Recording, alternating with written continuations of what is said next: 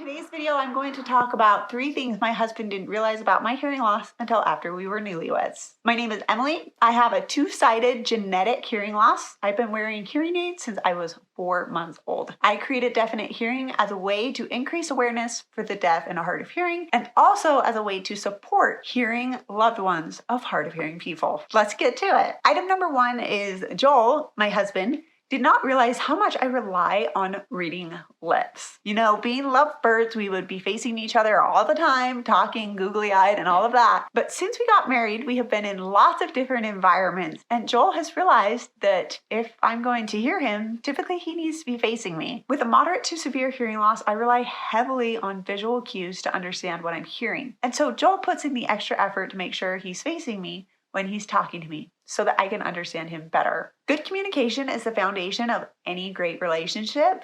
And so his little extra efforts to do this definitely prevent a lot of friction in our relationship. And his efforts increase my ability to be able to understand him when he's talking to me. Number 2, Joel has realized that when I randomly respond unexpectedly, I probably didn't hear him.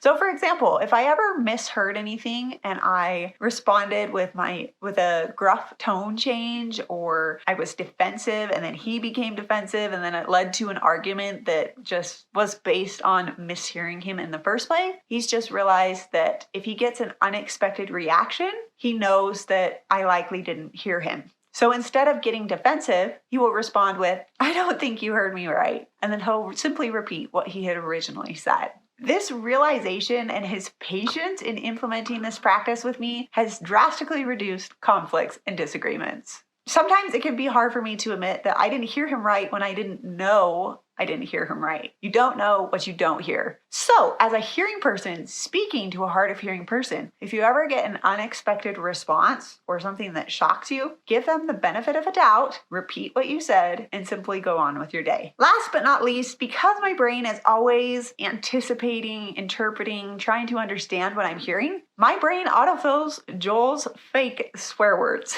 So we try really hard not to swear, but he still has some substitute words, such as ship, like a ship in the ocean, or fudge, or frick, which sound like what you probably think they sound like if you don't hear it right. And unfortunately, my brain autofills it as the swear word every single time. So we've had to talk about coming up with some different words, because even though he says one thing, I hear another. And thankfully, he and I have a great foundation of communication. We can talk about that little funny thing. We can talk about ways that we want to address it. And that ultimately, that foundation of great communication is one thing I know will help our relationship last for a very, very long time.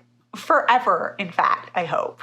So there are 3 things my hearing husband realized about my hearing loss after we were newlyweds. If you have any questions for me, please let me know in the comments below. If you haven't already, please like this video and subscribe to my channel for more hearing loss related tips and support. Thanks so much for watching. Have a great day. Bye.